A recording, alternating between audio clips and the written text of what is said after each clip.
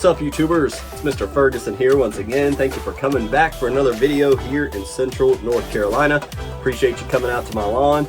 Apologize, you may hear the pattering of water hitting the side of my house and my gutters over here. If you hear that, that's what it is. We're doing a little bit of watering. We got a little stressed out area over here, right up by the corner of the driveway. Starting to stress, look a little crispy, as well as up on the bank. So just trying to get some water down, try to fix that up. So I'm not sure what I named this, but I must have probably put something about COVID in it. I came down with COVID this past week, and so it's like, oh great. I went and played golf with my dad on Thursday night, and on Thursday night felt fatigued, felt weak hitting the ball and everything. Like, man, something ain't right. And so took a test. We had 2 different at-home kits. They turned out positive. Went and took an official one at one of our local test sites, and sure enough, positive. So I'm isolated. The family's off, staying at the parents' house to make sure they don't get it. As I mentioned, we're going on a vacation soon.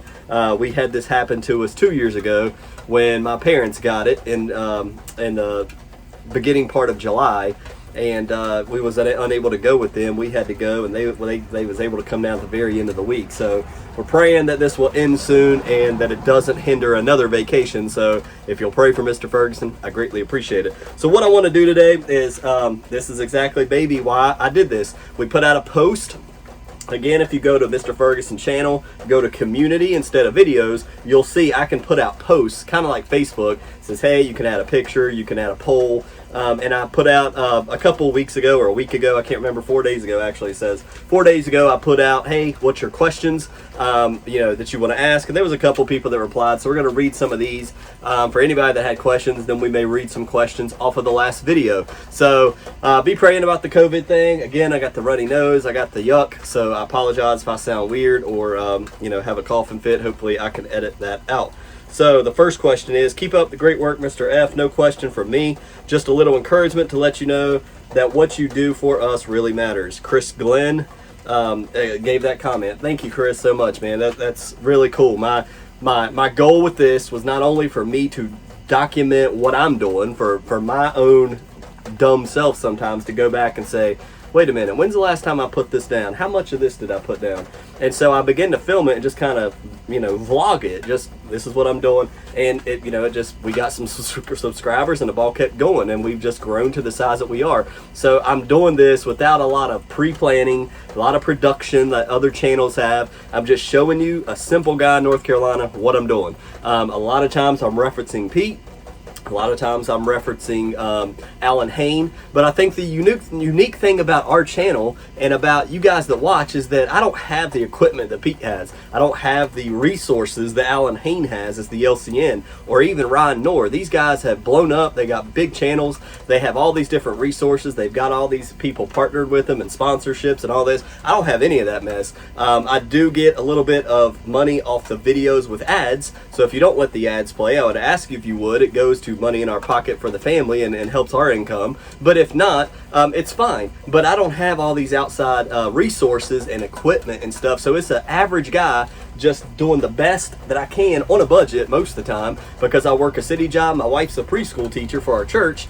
We don't have a big income. The downside, or let me say that another way, the upside to that is we don't have a large income in our home, but we have time to spend with our children. We do devotions as a family. We spend time talking about the Lord. We're there at the sporting events that my kids go to. I'm there in their life all the time. Whereas if we were to go out and do the 9 to 5, do the big downtown Raleigh jobs that my wife has a 4-year degree that she could pursue, that's not what God called us to do, number one. But number two, if we did do that, we would have to have a babysitter. We'd have to have help. We wouldn't be in our kids' lives as much as we are here. So sorry to get off on a tangent, but I think that's one of the unique things about this channel, and hope you see it that way as well. So Chris, it kind of got off topic, but as you see, I'm not feeling too rough. But thank you, Chris Glenn, for that comment. I appreciate it. Brewski was just wondering how old your kids were and what you did for a living. Hey, I kind of almost answered that on accident. My biggest struggle is the lack of free time with 2 kids and work.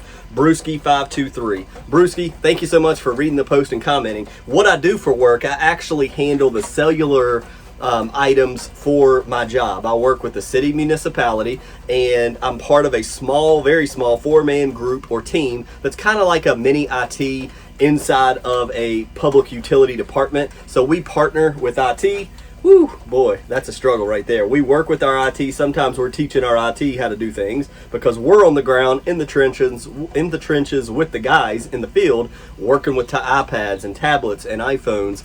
And so I'm constantly adding cellular service, deactivating, setting up. We have mobile device management. So it's a software that goes onto our phones and that IT has control over. So if a guy loses it, we can remotely wipe it. And we have apps and an app store that is a work-related thing. So that's what I basically do. And I work with 3 other guys that are part of the security group for public utilities, and then 2 other guys that basically maintain CityWorks website, which is our work order system and all these other different things. So we are more of a technical, we're called TAG. Man, you can tell with the COVID, I'm stumbling over my words. I apologize. Technology Application Group is what they call us, TAG Group. So that's what I do. My kids are Natalie is the oldest one. She's 13, and Sarah Jane is my youngest one. She's 7, and my wife, Miss Ferguson, is named Madison, as you guys know. So, but as I just mentioned, I kind of answered your question, Brewski, that with this job, I'm a 7:30 to 4. Unless we have inventory, unless we have some overtime stuff, and I'm here at home, and I still have the privilege right now to be able to telework some of those days throughout the week, which I'm able to focus on the lawn. Not everybody can do that. That's where we talk about when we're talking about watering the lawn. Well, I can't water my lawn between 7 o'clock and 2 p.m. I'm at work, man. What am I supposed to do? And that's where sometimes you have to say, well, does the grass need water at 5 o'clock just as much as it does earlier in the day? Then you got to do what you got to do. Sometimes you got to get up earlier and do things. I've had to run sprinklers earlier in the morning as well, but I'll cut it off there. Brewski, thank you for your comment. He says the yard's looking phenomenal as well. And then just another channel, he said, do I have a question? If I spray natural adjuvant, is it okay to use humic afterwards? And that's from just another channel. I don't know. I don't know a ton about the natural adjuvant. All I know is it comes from peat. Natural adjuvant, the chemicals that you're putting with the natural adjuvant, the pH is very important. It's why they give you the meter. You need to make sure the pH of your liquid before you add the natural adjuvant is below 5. It can be 4.99, but it needs to be below 5 before you add natural adjuvant. Once you do that, it allows you to use the minimal amounts of product, and that could be humic, and most of the time it's herbicide, fungicide. That's really what I've seen Pete talk about, as well as cowtide. These things you want to get into the plant immediately. And so that's what I know about natural adjuvant. Now, is it okay to use humic afterwards? I say sure, absolutely. Humic, I believe, is one of them things you want to get into your soil. You want to water it in. I don't think it's something you want to set on the blade. You want to get your sprinklers out or turn your irrigation on and water in humic. So that's what you want to do there. So thank you so much. Just another channel. Thank you, man, for commenting. Let's read some from the last video we did, just randomly. I have not went through all these, but I did read one that I said, hey, that's a good idea. I need to read that one. I believe this is the one I was looking at. Enjoy your video. This is from Christopher Ortiz, or Ortiz. Sorry for butchering your name. Enjoy your videos. In a season time, how many times should I spray the lawn with it? And he's talking about Hydrating. How many times in a season should I apply Hydrating? And I responded to him, but basically if you read the bottle, it'll tell you everything you need to know, number one. But so you don't have to. You could go back, and obviously I want you to go back and make sure that what I'm telling you is right, because I didn't study for this question. But Hydrating, I believe, says put down 12 ounces per 1,000 square feet. That is your heavy first amount to really get it. And remember, you've seen the videos, you want to water it in. You want to, if you're not using an ortho hose in, you need to pre-wet the lawn, put it down, soak it in with water afterwards. It's a Oreo sandwich of water. Water before, water after. Must be done. If not, it could dry on the grass blades. It's not gotten into the soil. It's not going to be effective for your plant. But basically, once you get that base rate of Hydrating in your soil, and you know and you feel good, I've watered it in, I've done the right things, then it's coming back, and I believe it's 2 to 3 ounces per month of refreshing it in your lawn. So you want to come back and do another 3 ounces per 1,000, put it down, water it in, and so. Now you could do this, you could start this in May. It depends on where you live. If you start getting dry, if you're in Nevada and you got cool season lawn, it may be getting dry in May. I don't know. You can start this in May and go all the way till January. So it just depends on your location, depends on how much rain you're getting. If you're constantly getting rain in your area, if you're up in Seattle and it's constantly raining every day, Hydrating is something you don't give a flip about because you're getting rain all the time. So I hope that answers your questions. There's a lot of factors to say, well, you definitely need to do it every month for 6 months. That's not true. It's really a tool for you, and whatever you think is the best thing to do. So that's the one the question I definitely wanted to put in this video. We're running a little late, so we'll try one more. Let's see, have a good vacation, Mr. F. We'll do one more here. William Conlon. He says, Mr. F, just out of curiosity, is the street in front of the house made of black asphalt? Yes, it is, to answer your question, William. And I remember reading this, but I haven't. Or is it concrete? It's black asphalt. The reason I ask is that you mentioned the front looks good except for the summer. The dry area in front runs parallel to the street, and I'm thinking it's all because the street gets so hot that it bleeds into the grass, causing it to lose water quicker. I know you mentioned that material under the grass may be the problem, but the line is too parallel to the road for me to think that is the problem. Just a thought. Try using a thermometer and checking the temps between the dry area and the green area along the road and see if there's a big difference in temps. Enjoy your vacation with the family at the beach, and I hope it rains every day at your house while you're playing in the sand.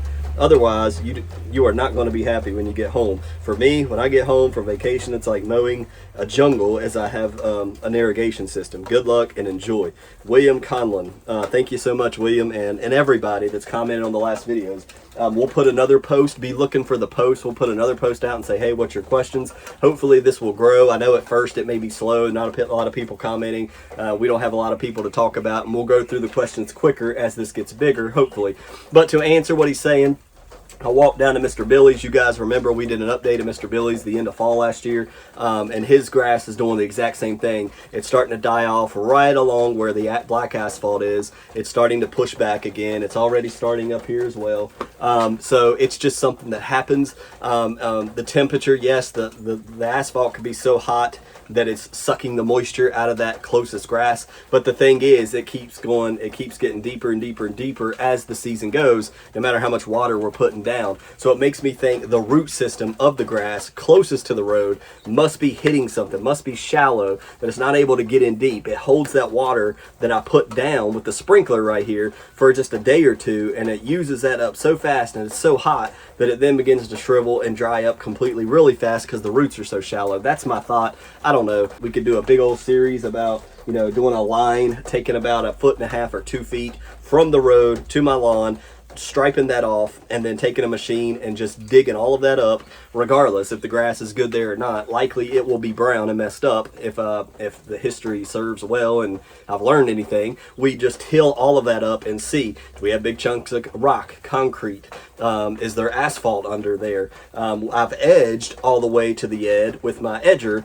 That's a push edger, and I know where the asphalt ends, but what about under the dirt that could be a pile on top? So it's something we may do in August. But there's your comments, there's your questions. So I thank you so much for watching today with Mr. Sniffly Ferguson here and answering your questions. Thank you to those who saw the post and commented. If you didn't see it, don't worry, we'll put it out again. And if you're like, hey, I don't know when Mr. Ferguson puts posts down, ask your questions in the comments of the video. Say, hey, on your other video, I just was wondering this, and we'll try to go through other videos and ask questions. So I hope this will build momentum, build steam. Also, be sure and check out the Mr. Ferguson vlog if you're interested in the devotionals we do on the Mr. Ferguson vlog channel. We do like a devotional type things of God's Word. I think it's critical. I think it's super important to have the Word of God in your heart and life. That's just my opinion, not pushing them on you, but if you're interested, check that out at the Mr. Ferguson vlog channel. God bless you guys. Appreciate you stopping by today. We'll see you on the next one, and hopefully I'll feel better. God bless.